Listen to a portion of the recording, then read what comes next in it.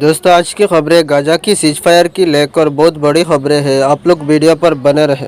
कातिल, फरेबी, धोखेबाज, मक्कार, दोगला, इस तरह के तमाम शब्दों को एक साथ ना बोलकर सिर्फ आप एक शब्द बोल सकते हैं, अमेरिका।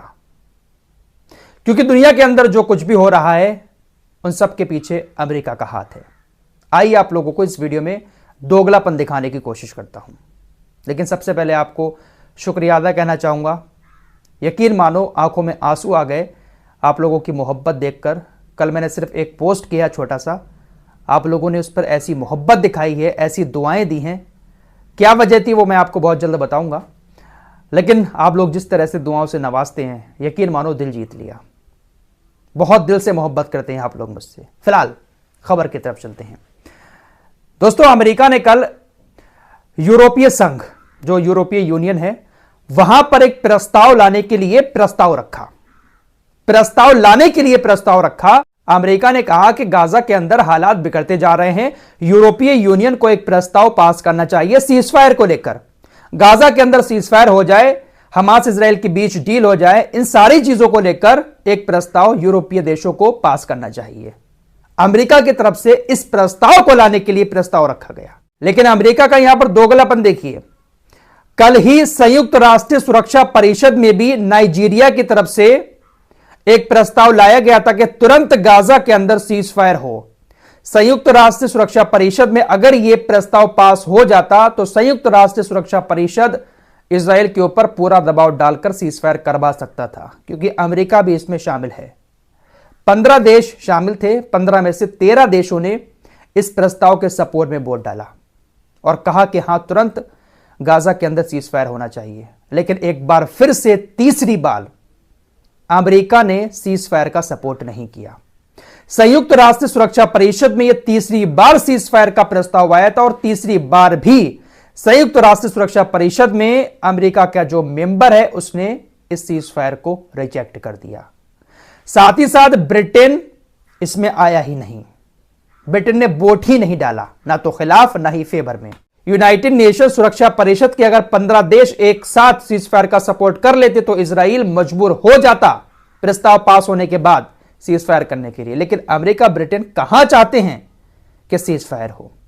यूरोपीय यूनियन में प्रस्ताव रख रहे हैं सीजफायर करने के लिए, और इधर जब प्रस्ताव आया तो उसको खारिज कर दिया। इससे ज्यादा फरेब, धोखा, दोगलापन और क्या हो सकता है। तभी तो कहा सिर्फ एक शब्द में किसी को बयां करना हो इन सारी बातों को तो सिर्फ अमेरिका कह सकता है। दोस्तों, कुछ लोगों को ऐसा लगता है कि हमारा काम बहुत आसान है, मजे के साथ हम बैठकर वीडियो बना रहे हैं, पैसा कमा रहे हैं।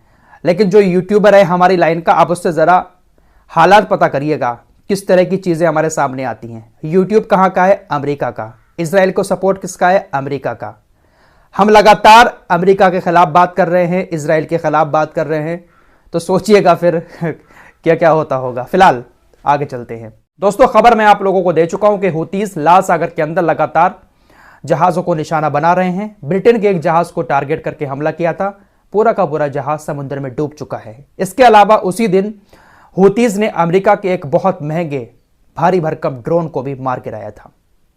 अमेरिका इसकी जांच कर रहा था कि क्या वाकई में हूतीज ने हमारे ड्रोन को मारा है या कोई और वजह थी। लेकिन अब फिलहाल पेंटागन ने इस बात को कंफर्म कर लिया है कि हां, हमारे ड्रोन को हूतीज ने ही मारा था। हूतीज ने कुछ मलबा भी जारी किया है ड्रोन का, जिसके बाद यह कंफर्म हो गया है कि इस ड्रोन को हूतीज ने ही मारा है।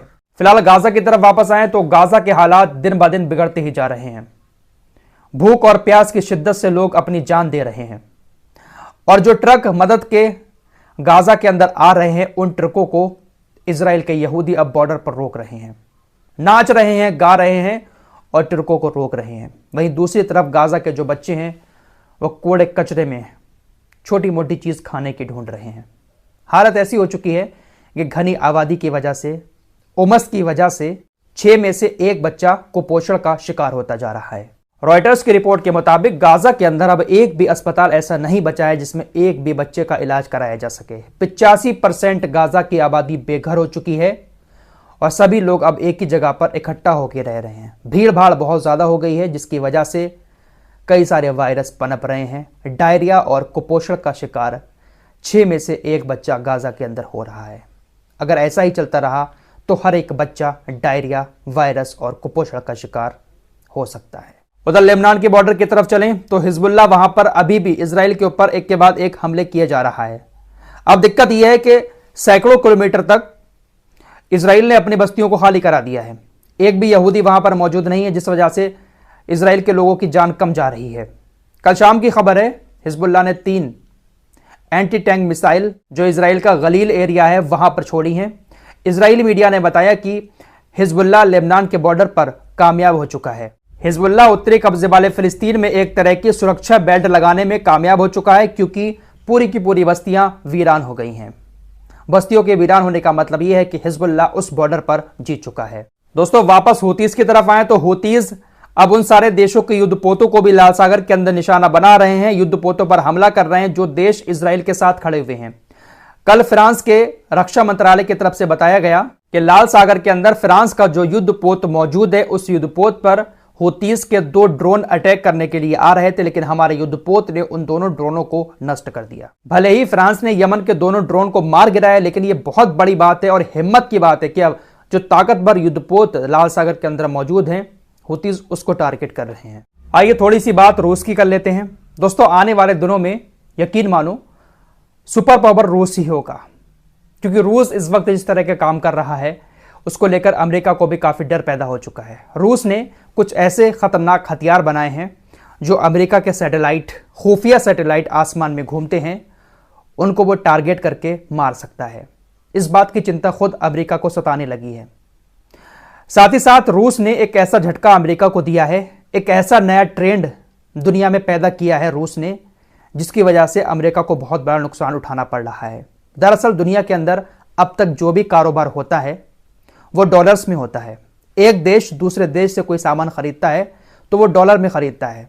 डॉलर एक ऐसा पैसा है जो दुनिया के हर कोने में चल जाता है। लेकिन रूस ने एक ऐसा ट्रेंड चलाया, रूस अब किसी भी देश से कोई सामान खरीद रहा है तो वो डॉलर्स में लेन देन नहीं कर रहा है, बल्कि जो लोकल करेंसी होती है किसी भी देश की, रूस अपने देश की करेंसी और उस देश की करेंसी में ही लेन देन कर रहा है।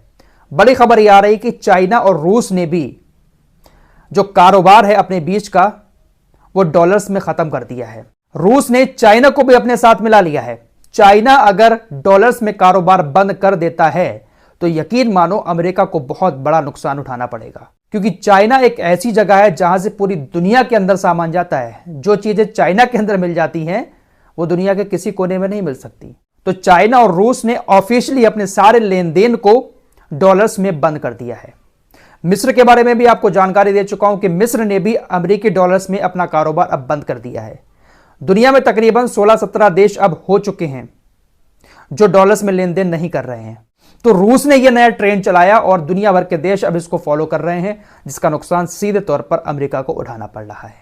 फिलहाल इस रिपोर्ट में इतना ही। मिलते हैं कुछ और नई खबरों के साथ, तब तक के लिए अपना ख्याल रखिए। अल्लाह हाफिज। दोस्तों, हमारी वीडियो पसंद आए तो फॉलो सब्सक्राइब कीजिए और साथ ही साथ उस चैनल को भी जरूर सब्सक्राइब कीजिए। मिलते हैं कुछ अगली खबरों के साथ, तब तक के लिए अपना ख्याल रखें। धन्यवाद।